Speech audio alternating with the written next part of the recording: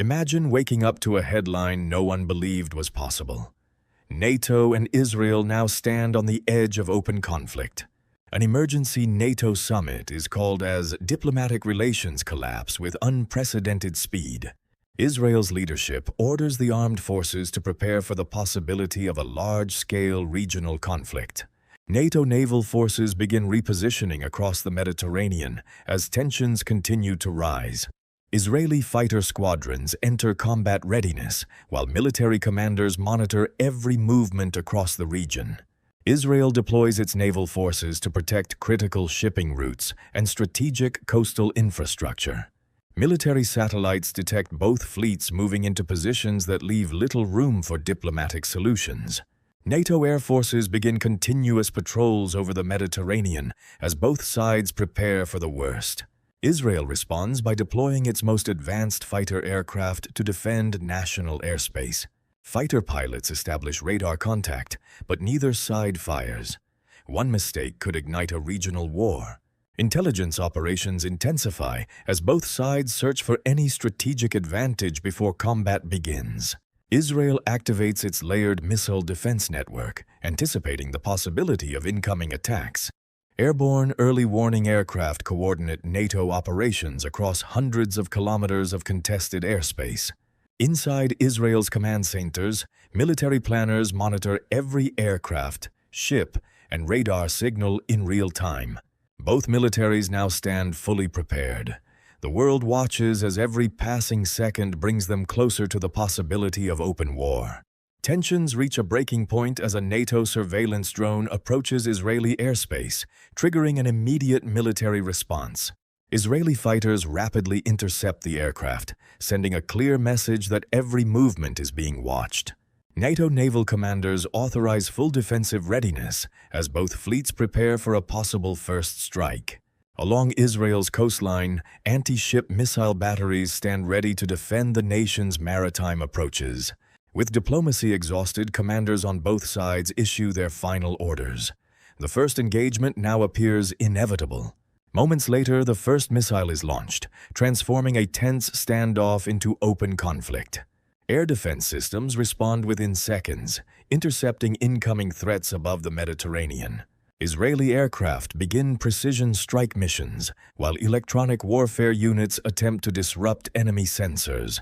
NATO fighter pilots respond immediately, filling the skies with high-speed maneuvers and defensive countermeasures. Within minutes, the Mediterranean becomes the center of one of the most intense air battles ever imagined. NATO commanders launch a large-scale air operation, attempting to establish control over the eastern Mediterranean. Israeli pilots fly low over the sea, reducing radar exposure while preparing for precision strike missions. Electronic warfare rapidly becomes one of the most important weapons on the battlefield, disrupting communications and radar networks. Long-range precision missiles are launched as both sides attempt to weaken strategic military infrastructure. Israel's integrated missile defense network responds within seconds, intercepting multiple incoming threats. The conflict expands into a full-scale naval engagement as both fleets exchange sustained fire across the Mediterranean. Military satellites continuously monitor the battlefield, providing commanders with real-time intelligence. Beneath the surface, submarines transform the Mediterranean into an invisible battlefield where every movement carries enormous risk. NATO anti-submarine forces begin an extensive search, determined to locate hidden underwater threats. After only a short time, the eastern Mediterranean has become one of the most heavily contested military theaters in the world. As the fighting intensifies, the United Nations convenes an emergency session, calling for an immediate ceasefire before the conflict spreads even further. NATO rapidly reinforces its southern bases, preparing for a prolonged military campaign. Israel accelerates wartime production, increasing the output of advanced weapons and defensive systems.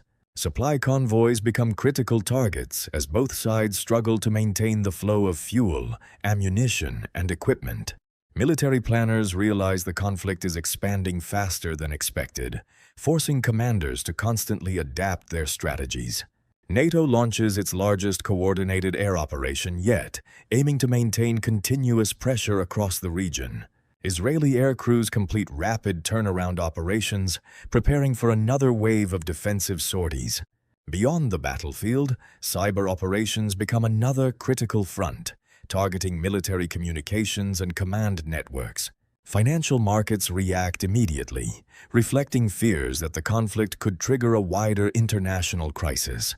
As another day of fighting comes to an end, neither side has secured a decisive advantage, leaving the future of the conflict more uncertain than ever. NATO commanders authorize another wave of precision strikes, targeting key military infrastructure across the battlefield. Israel's missile defense network works continuously, intercepting threats before they reach populated areas. Air superiority becomes the decisive factor as both sides struggle to protect their forces and maintain operational freedom. Losses begin to mount, reminding military planners that even the most advanced technology cannot eliminate the cost of war. Military leaders review the rapidly changing battlefield, searching for opportunities while trying to prevent further escalation. World leaders urgently search for a diplomatic solution as fears of a broader regional conflict continue to grow. International trade slows dramatically as commercial shipping avoids one of the world's most important sea routes. After days of intense operations, both sides begin reassessing their objectives and remaining military resources. The battlefield falls unusually quiet, revealing the immense destruction left behind by the fighting. International mediators present a ceasefire proposal, hoping to stop the conflict before it expands any further. As military forces begin to disengage, the immediate danger starts to fade, but the political consequences remain uncertain. Even after the fighting stops, the balance of power across the world has been permanently altered. History has shown that wars reshape nations, alliances, and generations long after the last shot is fired. Fortunately, this was only a hypothetical scenario, exploring how such a conflict might unfold. What do you think would happen if this scenario ever became reality? Share your analysis in the comments, and don't forget to subscribe for more military documentaries and alternate history simulations.